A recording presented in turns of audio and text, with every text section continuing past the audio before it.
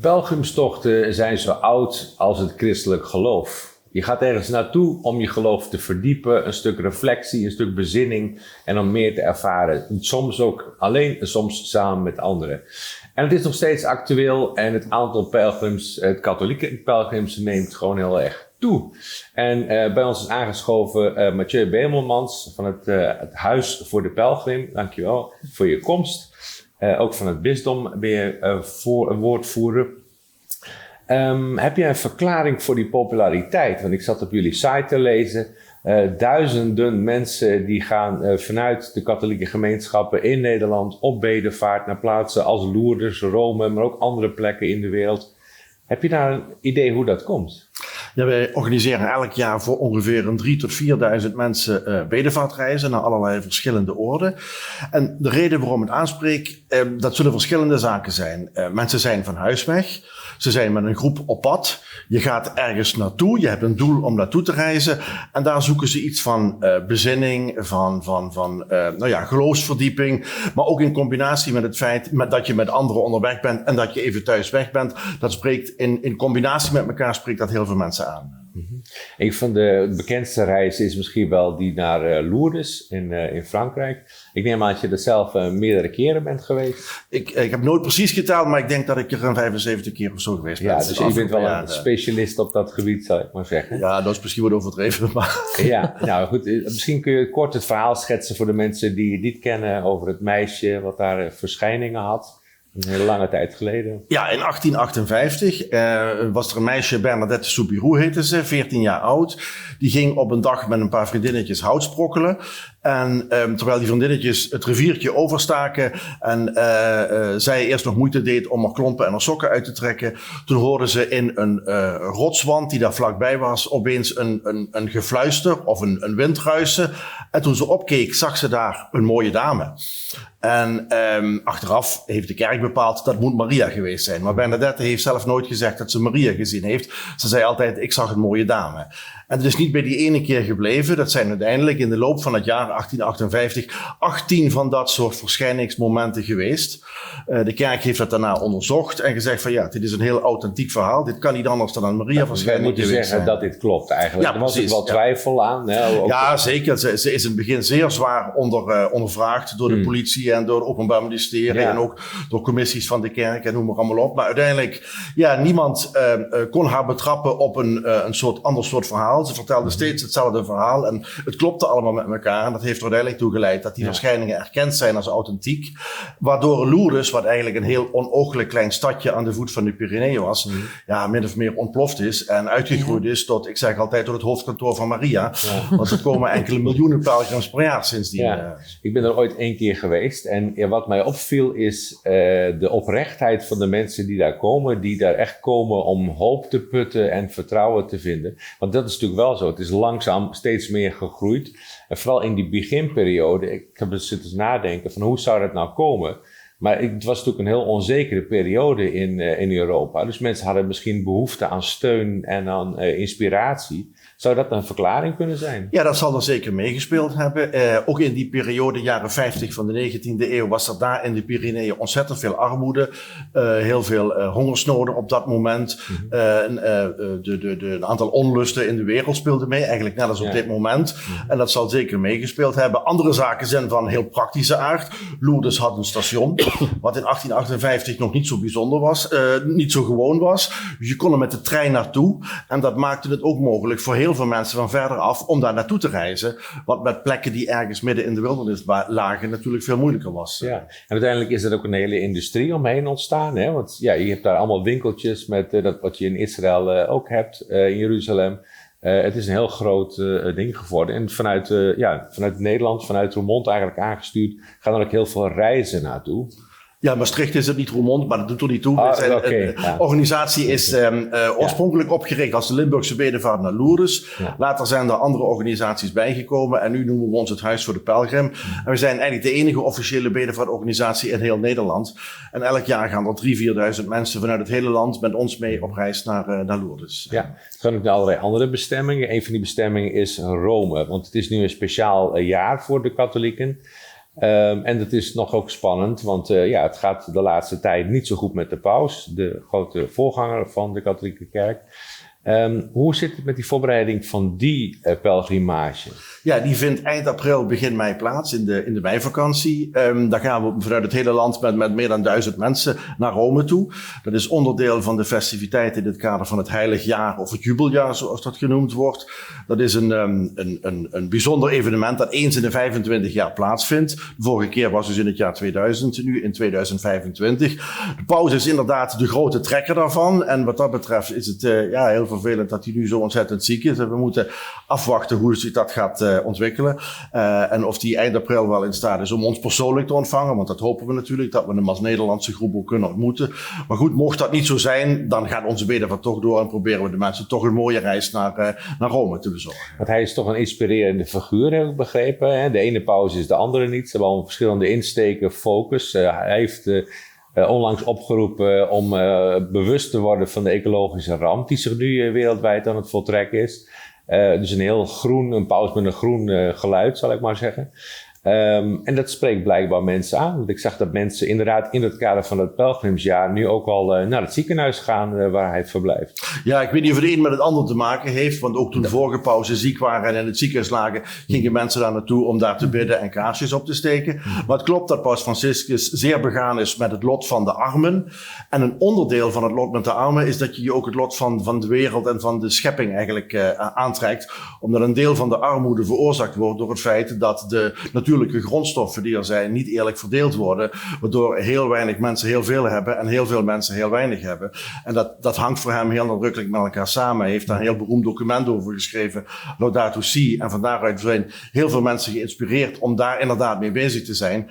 Maar dat komt vanuit zijn grote betrokkenheid met arme mensen voort. Die waarschijnlijk ook in Argentinië, waar hij vandaan komt, en in de sloppenwijken van Buenos Aires persoonlijk ontmoet heeft. En dus heel veel persoonlijke connectie daarmee heeft. Hij woont ook niet in het pauselijk paleis. Dat klopt, hij woont niet in het pauselijk paleis. Hij woont aan de andere kant van het Vaticaan in een soort hotel waar bisschoppen en kardinalen kunnen logeren. Omdat hij ook graag tussen de mensen wil zijn en niet helemaal in zijn eentje op zo'n flatje daar wil zitten. Dus het is echt een mensenpaus. Dat kun je absoluut zeggen. Ja, je hebt soms wel die bureaucraten die meer theologisch georiënteerd zijn of organisatorisch. Ik kan je de film The Two Popes aanraden. De overgang van Ratzinger naar Franciscus. Maar Ratzinger had op zijn manier ook een hele belangrijke bijdrage aan de kerk geleverd. Alleen het was een totaal ander type. Ja. Het was een intellectuele paus en dit is een paus van het volk. Dat zijn de grote verschillen. Ja, je ziet ook dat het tijdsbeeld is zo waar de mensen het meeste behoefte aan hebben. Dat overleeft uiteindelijk. Dat is de Heilige Geest. Ja, absoluut. Ja. Is het nou ook zo, want de kerk, dat is natuurlijk niet zo leuk om te vertellen, maar het is wel de realiteit. Die staat al jaren onder druk vanuit dingen die in het verleden zijn geweest. Aan de andere kant is het een instelling die al, ik denk 1700 jaar bestaat ongeveer. Of misschien nog wel iets langer. 2025 om precies te zijn. Nou ja, goed, 2000. Ik denk dat Jezus nog niet een kerk had gesticht. Maar goed, het verhaal is eigenlijk van, wat ik wil maken, is van die sociale betrokkenheid die paus uit tentoonspreidt. Die focus op sociale rechtvaardigheid en ecologische ramp en die koppeling die daartussen is. Zou dat een insteek kunnen zijn in combinatie met de dingen die het geloof sowieso biedt om de kerk te revitaliseren, om mensen weer naar die kerk te brengen? Het is absoluut altijd een belangrijke pijler onder de kerk geweest, al vanaf het begin af aan. Christus zelf ging naar de armen toe en heeft zich daar heel nadrukkelijk mee bezig gehouden. En er zijn eigenlijk 3 belangrijke pijlers onder de kerk. Die noemen we leren, vieren en dienen. Leren is catechese, de theologie zeg maar. Vieren is samen naar de kerk gaan, liturgie vieren. Maar dienen is vooral dienstbaar zijn aan de mensen om je heen. En te zorgen dat je de mensen om je heen bij elkaar brengt en daar helpt waar nodig is. En de apostelen die hadden al in de eerste tijd, toen zij het geloof verkondigden, mensen aangesteld die naar de armen en naar de wezen moesten gaan en daarvoor actief voor moesten zijn. Dus het is echt een onderdeel, diaconie heet dat dan in kerkelijke termen, dat vanaf het allereerste begin een belangrijk onderdeel van de boodschap is geweest. Ja, het waren die basisgemeenschappen eigenlijk. Ja, dus, maar goed, zeker. ik bedoelde te zeggen, dat is nog niet echt een kerk zoals we die nu kennen. Nou ja, de organisatiestructuur is inderdaad van later gekomen, maar we gaan er zeker vanuit dat Christus de kerk gesticht heeft. Absoluut. Als we teruggaan naar de tochten, nemen jullie ieder jaar dezelfde mensen mee? Of zijn het andere mensen? Bieden zich meer mensen aan dat jullie mee kunnen nemen? Hoe maak je die keuze? Hoe gaat zoiets? Nou, het is in principe een open inschrijving. Mensen kunnen zich aanmelden. We hebben door het hele land ook in parochies vertegenwoordigers die gewoon mensen werven. En die elk jaar vanuit een bepaalde regio met groepen meegaan. Ook hier in de regio Midden-Limburg zitten een aantal vrijwilligers die elk jaar grote groepen mensen meenemen. Ja, op een gegeven moment is de trein of het vliegtuig of de bus vol en dan houdt het op natuurlijk. Dan zijn we weer voldoende hebben om een tweede trein te laten lopen. Maar goed, dat is nog en kom je dan op een wachtlijst voor volgend jaar? Of hoe gaat dat in zijn? Nee, die kunnen op een wachtlijst komen en op een gegeven moment dan krijg je bericht of je wel of niet mee kunt gaan. Zo ging met Jozef en Marie ook. Ja, inderdaad. Er was geen plaats. Er was geen plek. Dat is waar. Ja. Misschien nog aardig om ook te vertellen dat in het kader van het Heilig Jaar er dit jaar ook bedevaarten naar Roermond georganiseerd worden. Dat we hebben in Roermond 3 kerken aangewezen als jubileumkerken, 4 eigenlijk. De kathedraal, de Münsterkerk, de Caroluskapel in de Zwalmerstraat en de Winterbroederskerk, dus de protestantse kerk. Zij werken ook mee. En mensen uit heel Limburg, eigenlijk uit heel Nederland, zijn uitgenodigd om in het kader van het Heilig Jaar, als ze niet naar Rome of zo kunnen, om naar Roermond te komen. En hier in Roermond een tocht tussen die 4 kerken te lopen. Is een route voor uitgezet. Met ook een wat verklarende tekst erbij. En gebeden en teksten en liedjes die daarbij horen. Dus hopelijk komen er in de loop van dit jaar ook heel wat pelgrims naar Roermond toe. Nou, de Bisschopsstad. Zeker. Ja. Is dat die tocht waar mensen dan een aflaat mee kunnen krijgen? Of? Dat is een van de onderdelen, Dat hoeft niet, maar dat zou kunnen als je dat zou willen. Ik wou net zeggen, ik vond het wel bijzonder om te lezen dat dat nog bestaat. Ja. En een soort religieuze medaille eigenlijk. Maar goed, ik leg het nu misschien niet helemaal goed uit. Nou ja, het is een heel oud gebruik om mensen te helpen om... een belangrijk onderdeel, laat ik het zo vertellen, van een jubeljaar is het vergeven van schulden. Aan elkaar, maar ook ten opzichte van onze lieve Heer. Of onze lieve Heer te vragen om jouw schulden te vergeven. Zo is het eigenlijk. En een aflaat is daar een onderdeel van. Het is in Nederland wat in onbruik geraakt. En het komt eigenlijk ook alleen maar eens in de 25 jaar bij dat heilig jaar komt dat weer terug.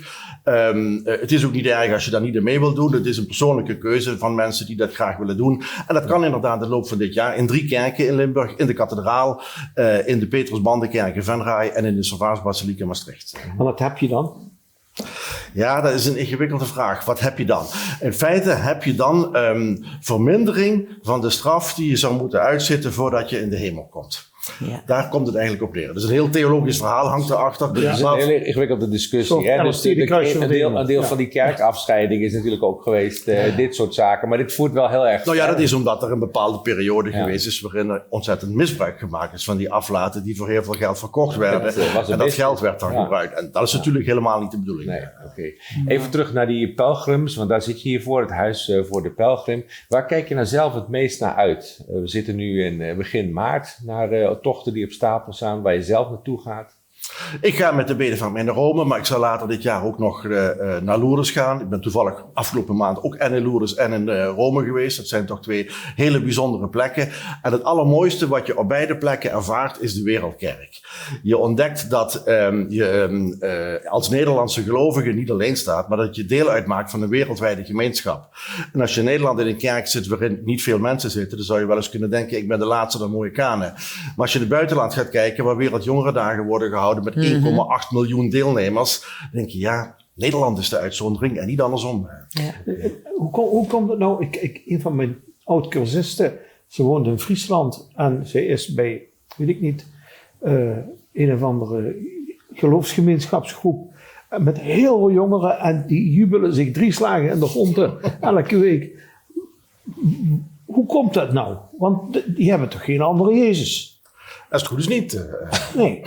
Het is, ik weet niet of het een protestantse of een katholieke jongerengroep is. Het feit is dat bepaalde protestantse kringen altijd veel actiever zijn geweest dan de katholieke kringen. En met name de evangelici zijn vaak wat blij. Ja, zeker. Heb je nog een vraag? Ik kan me voorstellen dat zo'n periode dat jij met zo'n mensengroep op pad gaat, dat is heel intens. En daar komen ook emoties bij vrij. Is er nou iets wat jou het meest is bijgebleven? In al die jaren, al die keren dat je bent geweest? Dat is een hele moeilijke vraag. Want er zijn heel veel... Ja, dan kan je toch wel een verhaal vertellen. Je kunt in Lourdes in het bad gaan met Lourdeswater. Dat is een bekend verhaal natuurlijk. Hè. Mensen hopen dan te genezen als ze het water krijgen. In de coronaperiode zijn die baden gesloten, omdat dat te gevaarlijk was. En toen heeft men een alternatief bedacht, namelijk een gebaar van water. Er wordt Lourdeswater uit die bron in een kan gedaan en in een kom geschonken. En je kunt dan met je handen je gezicht of zo nat maken. En dat heeft het voordeel dat je ook niet 1 voor 1 in dat bad hoeft, maar dat je met meerdere mensen tegelijk kunt. En er was vorig jaar, of 2 jaar geleden was dat intussen, was er een jongen die in een rolstoel zat en zeer ernstig gehandicapt was, maar die dolgraag dat gebaar van water wilde maken. En hij ging met zijn begeleider, ik geloof dat het zijn broer was, daar naartoe. Hij werd er door een Belgische priester bij begeleid. En hij heeft niet meer gedaan dan water in zijn handen en door zijn gezicht gewreven. Maar het was een enorm emotioneel moment. En ik heb die jongen daarna nog nooit zo blij gezien als dat ik iemand gezien heb als op dat moment, eerlijk gezegd. Mooi, ja. Dan weet je het waar je het voor Maar doet. was hij genezen? Nee. Veel mensen die naar Lourdes gaan daar niet naartoe met het idee om genezen te worden. Ja, maar om Ja. kracht op te doen en steun op te doen. Ze zeggen altijd een bekend cliché van mijn accu is weer opgeladen. Ja. Dan kunnen ze er weer een tijdje tegen. Want iedereen die met 1 been naar Lourdes gaat, weet ook dat hij niet met 2 benen terugkomt. Ja. Oké, nou, super dank dat je je verhaal wilde vertellen. Hartelijk dank. En ook veel geld. Kom nog eens terug. Ja, mooi. Dankjewel. Deze uitzending wordt mede mogelijk gemaakt door EuroPC Roermond en Brasserie en Adventure Golf Het Pakhuis.